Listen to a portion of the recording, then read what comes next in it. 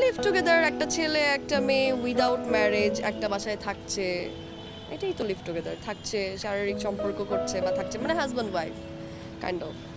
আমি যদি বলি লিভ টুগেদার কিভাবে দেখি, এটা যার যার আসলে পার্সোনাল ব্যাপার, কে কিভাবে থাকতে পছন্দ করে। বাট আমি যদি কোনোদিনও কারোর সাথে লিভ টুগেদার করতে চাই, তাহলে আমি কোনোদিন পারবো না, করতে চাইও না।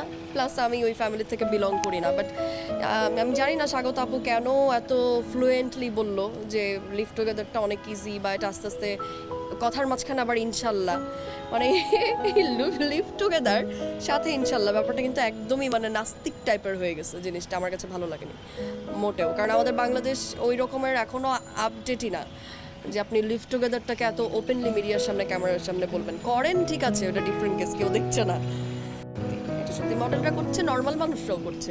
এখন যারা করছে তারা